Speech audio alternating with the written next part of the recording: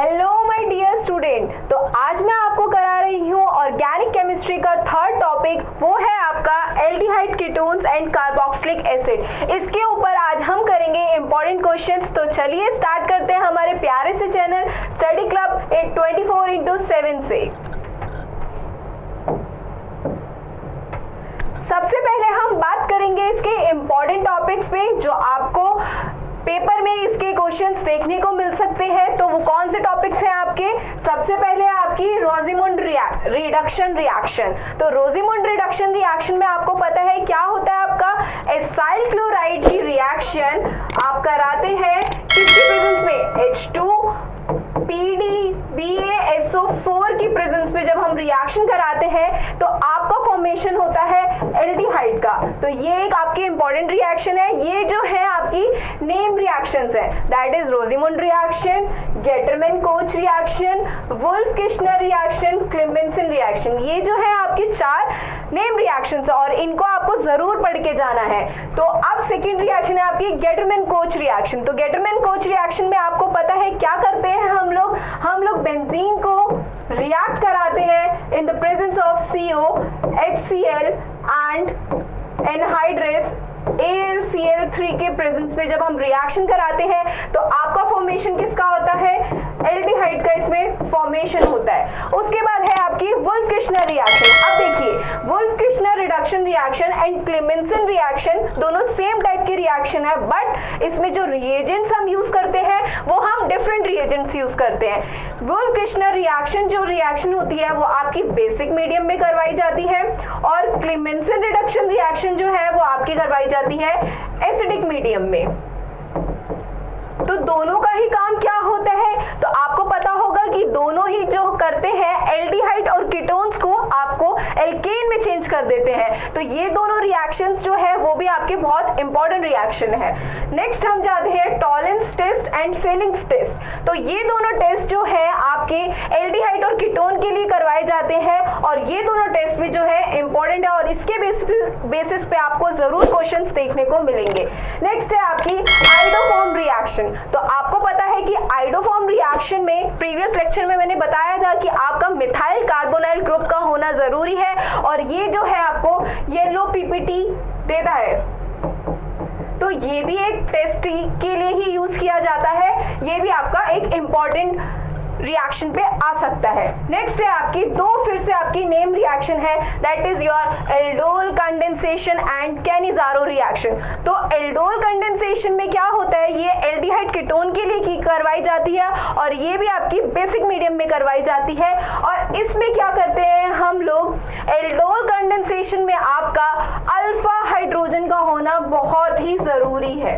तो ये याद रखें कि एल्डोल कंडेंसेशन में अल्फा हाइड्रोजन होना बहुत जरूरी है, जबकि कैनिजारो रिएक्शन में आपका अल्फा हाइड्रोजन नहीं होना चाहिए, तभी आपका ये रिएक्शन शो करता है। नेक्स्ट है आपकी एसिडिटी ऑफ कार्बोक्सिलिक एसिड। तो हम इसमें कार्बोक्सिलिक एसिड की जो होती है एसिडिटी, इसके बेसिस पे भी आपको क्वेश्चंस देखने को मिल सकते हैं। उसके बाद बात करें अगर हम एस्टरिफिकेशन रिएक्शन की, तो एस्टरिफिकेशन रिएक्शन में क्या होता है कि आपका एस्टर का फॉर्मेशन कैसे हो रहा है इस रिएक्शन में हम वो देखते हैं। उसके बाद है आपकी कॉल्बे इलेक्ट्रोलिसिस रिएक्शन। ये भी एक नेम रिएक्शन है जो कि इंपॉर्टेंट रिएक्शन में आती है। नेक्स्ट है आपका न्यूक्लियोफिलिक रिएक्शंस। तो इस पे भी आपको क्वेश्चंस देखने को मिल सकते हैं। तो ये वाले जो है आपके इस चैप्टर के इंपॉर्टेंट टॉपिक्स होते हैं जिनको आपको हाईली फोकस होके पढ़ के जाना है, क्योंकि इन पे क्वेश्चंस आपको जरूर देखने को मिलेंगे। तो चलिए अब हम स्टार्ट करते हैं क्वेश्चंस और मैं आपको बताती हूँ कि इसमें किस टाइप के कैसे क्वेश्चंस आएंगे। चलिए अब स्टार्ट करते हैं हम।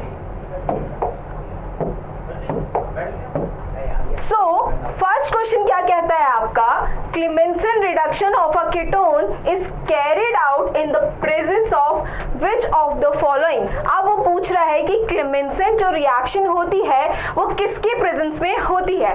तो देखिए बच्चे, फर्स्ट जो ऑप्शन दे रखा है वो आपको दे रखा है ग्लाइसोल विद KOH। तो ये जो है ये रिएजेंट आपका यूज किया जाता है वुल्फ-किश्नर रिएक्शन के लिए। नेक्स्ट जो है आपका ZnHg विद HCl, ये यूज किया जाता है आपका क्लेमेंसन रिएक्शन में। Third one is your LiAlH4। तो आपको मैंने प्रीवियस लेक्चर में बताया था कि LiAlH4 का काम क्या होता है, ये रिड्यूसिंग एजेंट की तरह काम करता है और आपका रिड्यूस करता है किसको, अल्कोहल में एल्डिहाइड और कीटोन को। ठीक है, नेक्स्ट है आपका, बात करते हैं हम H2PD की। H2PD या PD कैटलिस्ट दे रखा हो जब आपको, तो इसमें हमारा ये क्या करता है, एल्कीन्स को रिड्यूस करता है। तो अगर मैं बोलूं तो इसका करेक्ट ऑप्शन जो होता है वो बी होता है। अब मैं आपको एक छोटी सी इसकी मैकेनिज्म दिखा देती हूँ कि इस रिएक्शन को कैसे करते हैं। तो देखिए बच्चे, अब यहाँ पे क्या होता है, हम एल्डिहाइड ले सकते हैं या फिर कोई भी कीटोन ले सकते हैं। उसकी रिएक्शन जब हम करवाते हैं ZnHg मतलब zinc amalgam in the presence of HCl में, क्योंकि ये एसिडिक मीडियम में रिएक्शन होती है तो वो आपका किसका फॉर्मेशन करते हैं, यहाँ पे आपका ये H और H लगा देते हैं, मतलब एल्केन में कन्वर्ट कर देते हैं। अब होता क्या है बेटा, यहाँ पे ये जो कार्बोनाइल ग्रुप होता है ये आपका इलेक्ट्रॉन डेफिशिएंट इन नेचर होता है। आपको पता है ये तो कि ये इलेक्ट्रॉन डेफिशिएंट होता है। और अगर मैं बात करूं Zn की, तो Zn जो है आपका मेटल है। मेटल क्या करेगा, आपका इलेक्ट्रॉन को डोनेट करेगा।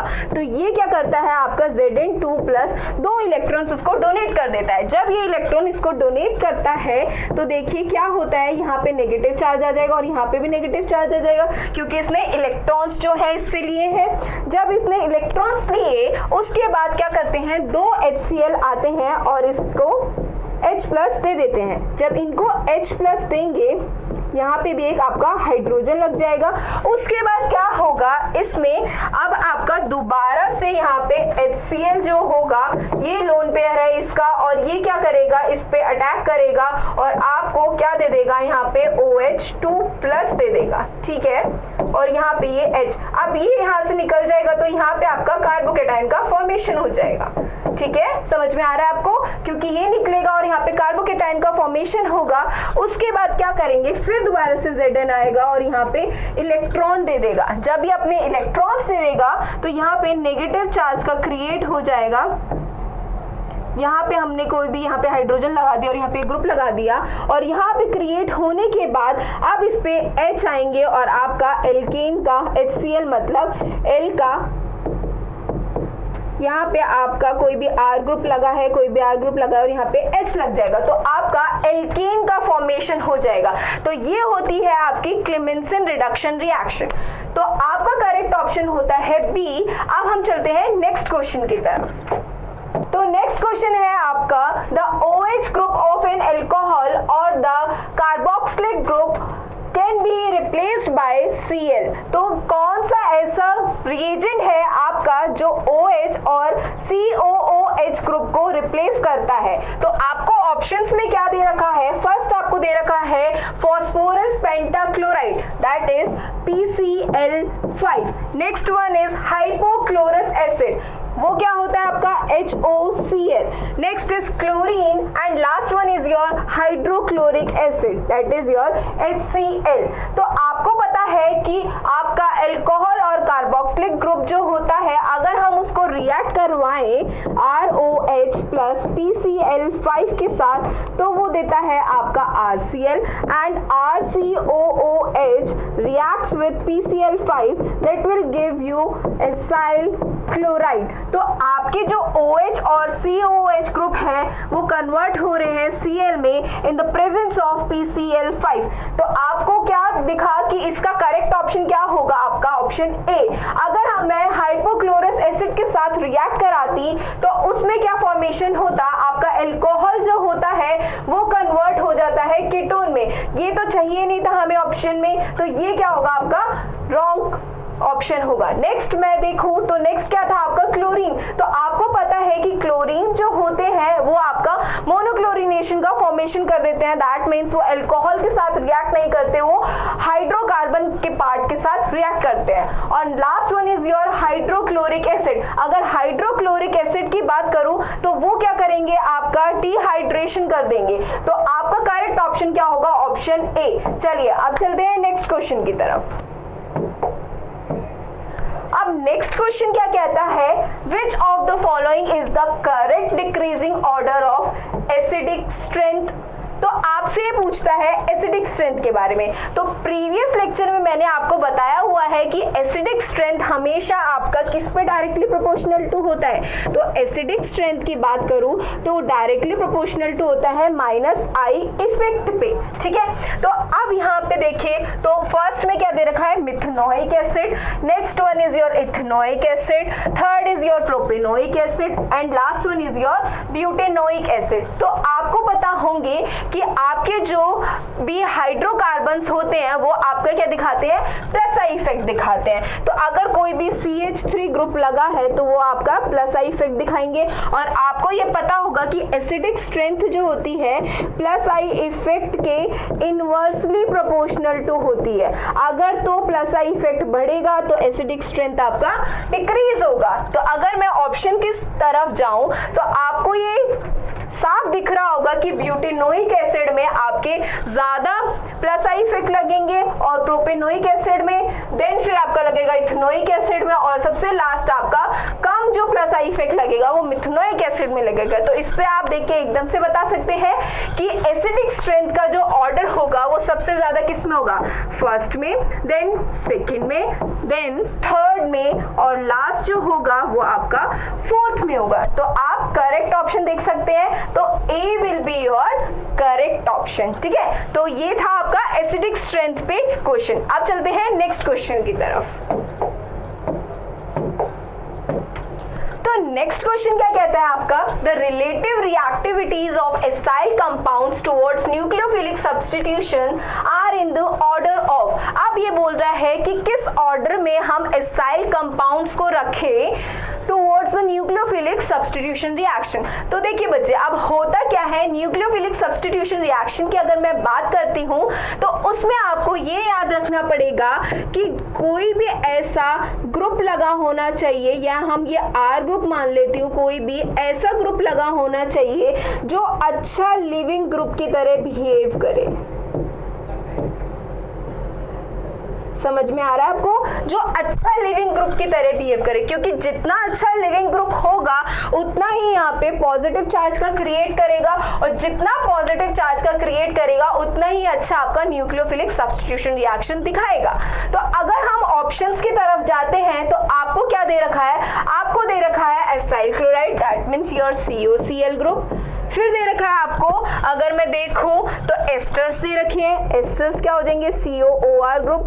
फिर आपको इसमें एनहाइड्राइड भी दे रखे हैं, तो आपको पता होगा एनहाइड्राइड जो होते हैं वो ये होते हैं आपके, ठीक है। उसके बाद आपको दे रखा है अमाइड्स, तो अमाइड्स जो होते हैं वो होते हैं आपके ये वाले ग्रुप, ठीक है। उसके बाद अगर हम इसमें देखें तो आपको क्या ध्यान में रखना है, कौन सा अच्छा लिविंग ग्रुप होगा। तो जो हमारा वीक बेस होगा वो आपका अच्छे लिविंग ग्रुप की तरह बिहेव करता है एज कंपेयर टू आपके स्ट्रॉन्ग बेसिस की बात करें। तो अगर मैं NH2 की बात करूं तो ये तो आपको पता ही है कि NH2 जो होता है वो आपका स्ट्रॉन्ग बेस की तरह काम करता है। तो ये तो आपका अच्छा न्यूक्लियोफिलिक सब्स्टिट्यूशन रिएक्शन दिखाएगा ही नहीं, तो ये वाला आपका ऑप्शन ये सबसे लास्ट में आएगा। और अगर मैं बात करूं इसकी एसाइल क्लोराइड की, तो आपको पता है कि क्लोरीन जो होता है वो आपका वीक बेस की तरह काम करता है और आपका अच्छा लिविंग ग्रुप भी होता है। तो सबसे पहले करेक्ट ऑप्शन जो होना चाहिए वो क्या होना चाहिए,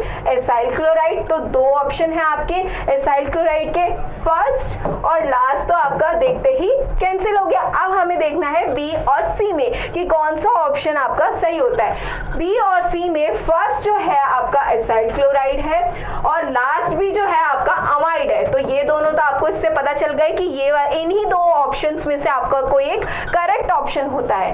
अब मैं बात करूं एस्टर्स और एसिड एनहाइड्राइड की, तो देखिए बच्चे एस्टर्स जो होते हैं वो हमारे इतने अच्छे लिविंग ग्रुप की तरह काम नहीं करते जितना अच्छा हमारा एसिड एनहाइड्राइड जो होता है अच्छा लिविंग ग्रुप की तरह काम करता है।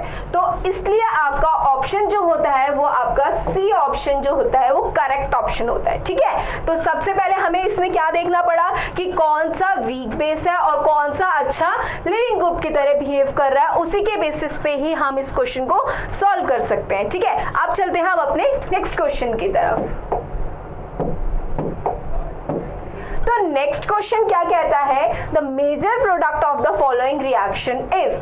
अब इसका मेजर प्रोडक्ट आपको पूछ रहा है, तो बेटा ये जो रिएक्शन है वो है आपकी किसके बेसिस पे है, वो है आपकी गैब्रियल थैलेमाइड रिएक्शन। तो गैब्रियल थैलेमाइड रिएक्शन में सबसे पहले होता क्या है, अगर मैं ये आपको डाइकार्बोक्सिलिक एसिड दे रखे हैं तो आपको क्या करना है, with the presence of NH3 तो आपको इसमें सबसे पहले एमोनोलिसिस करा देना है। तो एमोनोलिसिस में क्या होगा आपका, कोई भी आपको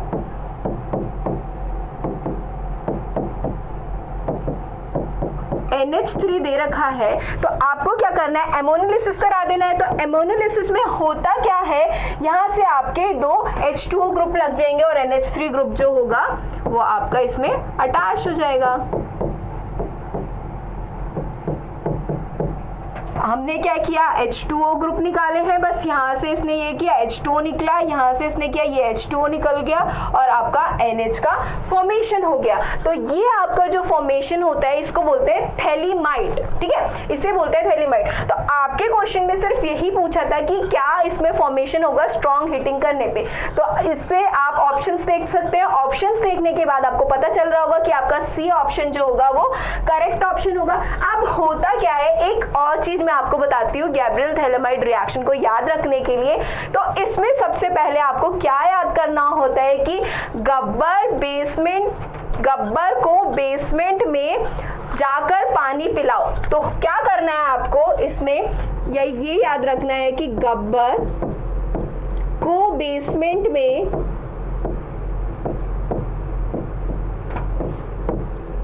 हेलो एल्केन को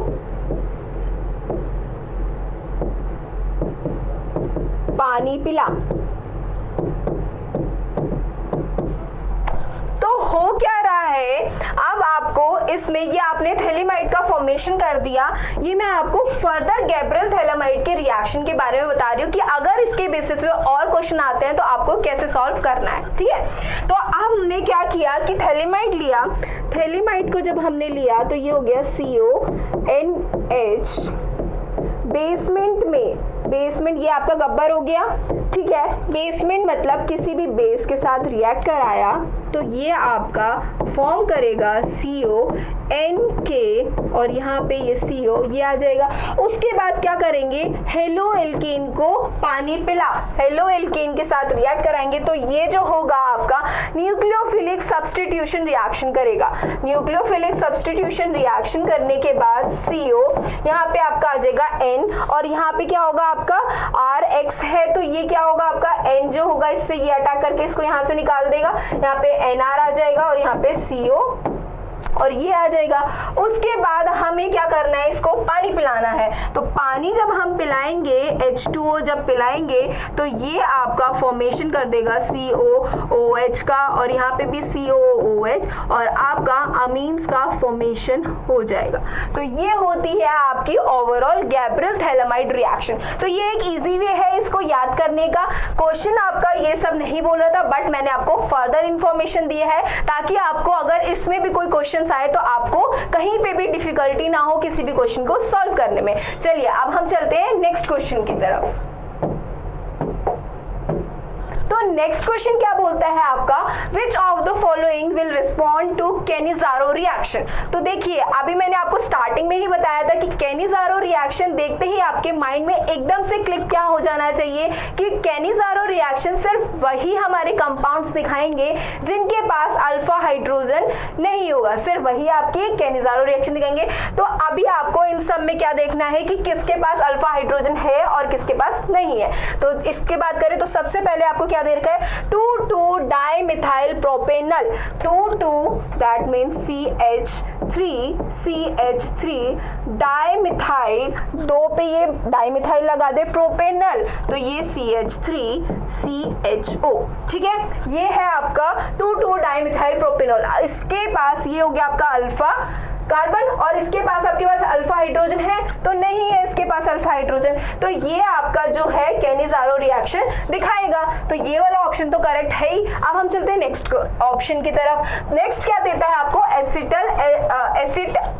एसिड एल्डिहाइड दे रखा है। तो एसिड एल्डिहाइड की बात करूं तो वो क्या होता है आपका CH3CHO। तो ये क्या है आपका अल्फा हाइड्रोजन। तो इस पे अल्फा हाइड्रोजन है तो ये आपका कैनिजारो रिएक्शन नहीं दिखाएगा, तो ये ऑप्शन आपका कैंसिल हो गया। नेक्स्ट आपको बोल रहा है प्रोपेन एल्डिहाइड, प्रोपेनल दे रखा है, तो प्रोपेनल के पास तो ऑफ कोर्स होगा ही। देखिए आप, प्रोपेनल के पास अल्फा हाइड्रोजन है तो ये भी जो होगा कैनिजारो रिएक्शन आपका नहीं दिखाएगा, तो ये वाला भी ऑप्शन आपका कैंसिल होता है। नेक्स्ट आपको सिनेमाल्डिहाइड दे रखा है। तो बेटा देखिए, आपको स्ट्रक्चर्स के बारे में भी पता होना चाहिए कि किसका स्ट्रक्चर क्या बनता है। तो सिनेमाल्डिहाइड का स्ट्रक्चर जो होता है वो आपका होता है CH डबल बॉन्ड CH और ये होता है CHO।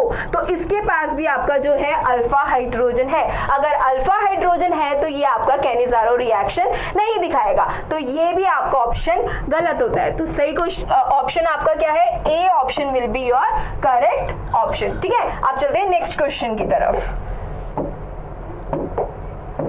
तो नेक्स्ट क्वेश्चन क्या कहता है आपका, एन ऑर्गेनिक कंपाउंड कोई भी X हैविंग मॉलिक्यूलर फॉर्मूला दे रखा है ills phenyl hydrazone and gives negative response to the iodoform test and Tollens test।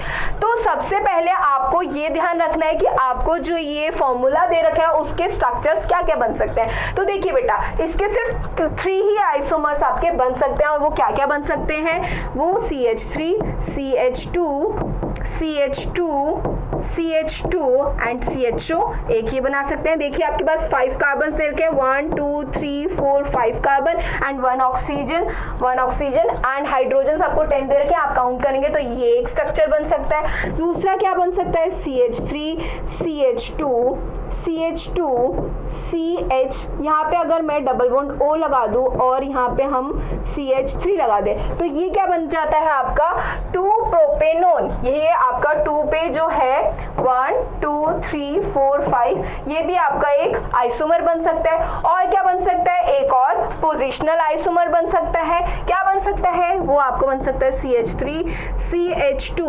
CH double bond O CH2 CH3, ये आपका 3 पे लग गया तो ये भी आपका एक आइसोमर बन सकता है। और ये कौन सा आइसोमर बनता है आपका, पोजिशनल आइसोमर। तो ये ही 3 जो है आपके आइसोमर्स बन सकते हैं। अब देखिए इसने क्या बोला है क्वेश्चन में कि आपको नेगेटिव कौन कौन से टेस्ट दे, तो नेगेटिव आपका एक आइडोफॉर्म टेस्ट दे और दूसरा कौन सा दे, टॉलेंस टेस्ट दे। तो आपको पता है कि टॉलेंस टेस्ट जो होते हैं वो सिर्फ एल्डिहाइड और कीटोन्स के लिए होते हैं। तो एल्डिहाइड दे रखा है तो इसके लिए नेगेटिव दे रखा है, तो ये तो देगा ही नहीं आपका टॉलेंस टेस्ट। अब उसके बाद बात करें आइडोफॉर्म टेस्ट की, तो आपको पता है कि आइडोफॉर्म टेस्ट जो होता है वो कौन देते हैं, वो मिथाइल कार्बोनाइल ग्रुप देते हैं। तो ये भी आपका एक मिथाइल कार्बोनाइल ग्रुप हो गया, तो ये आपका आइडोफॉर्म टेस्ट देगा। तो ये तो इसने बोला नेगेटिव होना चाहिए, तो ये दोनों तो कैंसिल होगा। अब थर्ड जो ऑप्शन है इसमें मिथाइल कार्बोनाइल भी नहीं है और ये टॉलेंस टेस्ट भी नहीं देगा, तो ये वाला ऑप्शन आपका हो सकता है। और ऑप्शन बी भी आपको 3 पेंटेनॉल दे रखा है। अब देखते हैं इसने फर्दर क्या रिएक्शन बोली है कि अगर हम ईल्ड्स क्या करें फिनाइल हाइड्राजोन। तो देखिए अब रिएक्शन क्या होगी, अगर मैं रिएक्शन करके दिखाऊं आपको तो CH3 CH2 यहाँ पे हम C double bond O CH2 CH3 ऐसे लिख सकते हैं इसको, और इसको जरा हम रब कर देते हैं। अभी अगर मैं बात करूं इसका प्लस क्या बोल रहा है, किसके साथ करना है, फिनाइल हाइड्राजोन के साथ। तो फिनाइल हाइड्राजोन का आपका फॉर्मूला क्या होता है,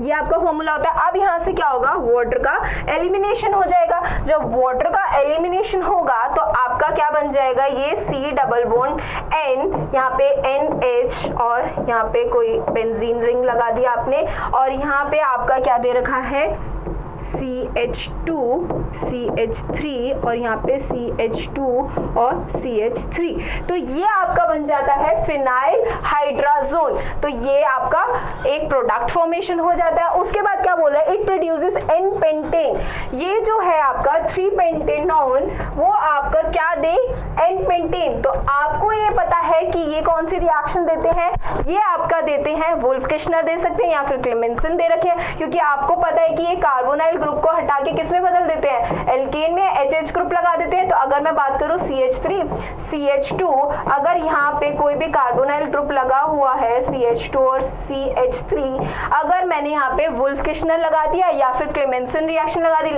मैं क्लेमेंसन लगा के देख लेती हूँ एक बारी, ZnHg और HCl डाला, तो यहाँ पे क्या करेगा, इस कार्बोनाइल ग्रुप को हटा के आपका एल्केन लगा देगा, CH2 CH2 और CH3 आ जाएगा। तो ये क्या बन गया आपका 1 2 3 4 5 एन पेंटेन का फॉर्मेशन कर दिया। तो इस क्वेश्चन में फिर आपको क्या दिखता है, ऑप्शन क्या करेक्ट होता है, बी ऑप्शन आपका करेक्ट ऑप्शन होता है। तो ये थी आपके पूरे इस क्वेश्चन की मैकेनिज्म। तो आपको क्या करना है, बस सिंपली पता होना चाहिए कि कौन सा क्या अटैक कर रहा है और किसके क्या प्रोडक्ट्स बन सकते हैं, उसके बेसिस पे आप इजिली इन क्वेश्चंस को सॉल्व कर सकते हैं। ठीक है, आप चलते हैं हम नेक्स्ट क्वेश्चन की तरफ।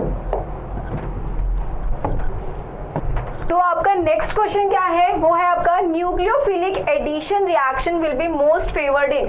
न्यूक्लियोफिलिक एडिशन रिएक्शन किसमें फेवर्ड ज्यादा होगी, तो देखिए न्यूक्लियोफिलिक एडिशन रिएक्शन उसी सेंटर पे हो सकती है जहां पे इलेक्ट्रॉन डेफिशिएंट स्पीशीज बैठी हो। क्यों, क्योंकि आपको पता है कि न्यूक्लियोफाइल का काम क्या होता है, न्यूक्लियोफाइल का काम होता है इलेक्ट्रॉन्स को देना। तो इलेक्ट्रॉन्स को वो किसको देगा, जहां पे इलेक्ट्रॉन डेफिशिएंट सेंटर होगा, जहां पे कोई इलेक्ट्रॉन्स लेने बैठा होगा। तो अब हम ऑप्शंस की तरफ जाते हैं, तो आपको ये समझ में आ रहा होगा कि इलेक्ट्रॉन डेफिशिएंट सेंटर कैसे क्रिएट होगा, जब कोई इलेक्ट्रॉन विड्रॉइंग ग्रुप बैठे होंगे। कार्बोनाइल ग्रुप पे इलेक्ट्रॉन डेफिशिएंट सेंटर तभी बन सकता है जब कोई इलेक्ट्रॉन विड्रॉइंग ग्रुप बैठे हो, मतलब प्लस आई इफेक्ट जो होगा आपका, प्लस आई इफेक्ट जो होगा वो आपका डिक्रीज करेगा। प्लस आई इफेक्ट जो होगा वो आपको इलेक्ट्रॉन्स देगा। अगर वो इलेक्ट्रॉन्स देगा तो इलेक्ट्रॉन डेफिशिएंट नहीं बनाएगा उस सेंटर को, और माइनस आई इफेक्ट क्या करता है, वो इलेक्ट्रॉन्स को लेता है। माइनस आई इफेक्ट जब ले रहा है इलेक्ट्रॉन्स को, वो डेफिशिएंट सेंटर क्रिएट कर रहा है। तो मैं ये बोल सकती हूँ कि न्यूक्लियोफिलिक एडिशन जो होगा वो आपका कब बढ़ेगा, जब कोई minus I effect carbonyl group पे लगे होंगे, और अगर प्लस आई इफेक्ट कोई लगा है तो वो डिक्रीज कर देगा। तो अगर हम ऑप्शंस की तरफ जाते हैं तो सारी तरफ आपके CH3 CH2 ग्रुप लगे हैं। तो आपको ये पता है कि उनका काम क्या होता है, उनका काम होता है इलेक्ट्रॉन डोनेटिंग ग्रुप की तरह बिहेव करते हैं। तो जितने ज्यादा आपके ये लगे होंगे CH3 ग्रुप, उतना ही ज्यादा क्या होगा, वो आपका इलेक्ट्रॉन रिच बना देंगे सेंटर को। तो अगर मैं ऑप्शंस की तरफ देखूं तो यहाँ पे 2 आपके CH3 ग्रुप लगे हैं, यहाँ पे आपके CH3 CH2 ग्रुप लगा है, यहाँ पे आपका एक CH3 ग्रुप लगा है, और यहाँ पे आपके एक ये ग्रुप लगा हुआ है और एक ये ग्रुप लगा हुआ है। तो आपको देखते ही पता लग रहा होगा कि सी ऑप्शन आपका करेक्ट ऑप्शन होगा। क्यों, क्योंकि यहाँ पे कम लग रहा है प्लस आई इफेक्ट, तो और ये आपका जो होगा इलेक्ट्रॉन डेफिशिएंट सेंटर बना देगा, और न्यूक्लियोफाइल जो होगा एकदम से आके इस पे अटैक कर जाएगा। तो आपका करेक्ट ऑप्शन क्या होता है, C option will be your correct option. अब चलते हैं नेक्स्ट क्वेश्चन की तरफ। तो नेक्स्ट क्वेश्चन क्या कहता है, hydrolysis of an ester gives a carboxylic acid which on Kolbe's electrolysis yields ethane, the ester is. अब कौन सा एस्टर ऐसा होगा, तो देखो एस्टर का जब हम लोग हाइड्रोलाइसिस करते हैं तो आपको पता होगा कि एस्टर का आप जब भी हाइड्रोलाइसिस करेंगे, हाइड्रोलाइसिस जब भी एस्टर का आप करते हैं तो आपको मिलता है क्या, एसिड और एल्कोहल। ठीक है, एसिड और एल्कोहल मिलता है आपको। आप क्या किया, इसमें आपको सारे एस्टर्स दे रखे हैं। तो आप हमेशा याद रखना कि जो मिथेनॉइट वाला पार्ट होता है वो आपका एसिड बनाता है, ठीक है, और जो ये इथाइल मिथाइल वाला पार्ट होता है वो आपका एल्कोहल देता है। ठीक है, तो अगर मैं बात करूं मिथेनॉइट की, तो यहाँ पे क्या बनाएगा, मिथेनॉइट है, तो अगर मैं इसका हाइड्रोलिसिस कर दूंगी तो मिथेनोइक एसिड दे देगा। ठीक है, अगर मैं इसकी बात करूं इथेनॉइट का, तो ये इथेनोइक एसिड दे देगा, इथेनोइक एसिड। ठीक है, उसके बाद अगर मैं इसकी बात करूं तो ये प्रोपेनोइक एसिड दे देगा, प्रोपेनोइक एसिड। समझ रहे हैं आप, और इसकी बात करूं तो ये दोनों जो होंगे आपके क्या दे देंगे, मिथेनोइक एसिड। और आपको पता है कि कॉल्बे इलेक्ट्रोलिसिस जो होता है, एसिड को जब हम रिएक्ट कराते हैं, हीट करते हैं, तो वहां से वो आपका CO2 निकाल देता है और CO2 निकालने के बाद आपका कोई भी एल्केन का फॉर्मेशन कर देता है। ठीक है, अब क्या करेंगे, अगर मैं मिथेनोइक एसिड की बात करूं तो इसमें से जब हमारा CO2 निकलेगा तो आपका इथेन का फॉर्मेशन नहीं होगा। अगर मैं इसकी बात करूं इथेनोइक एसिड का, तो देखिए इथेनोइक एसिड क्या हो जाएगा, CH3COOH।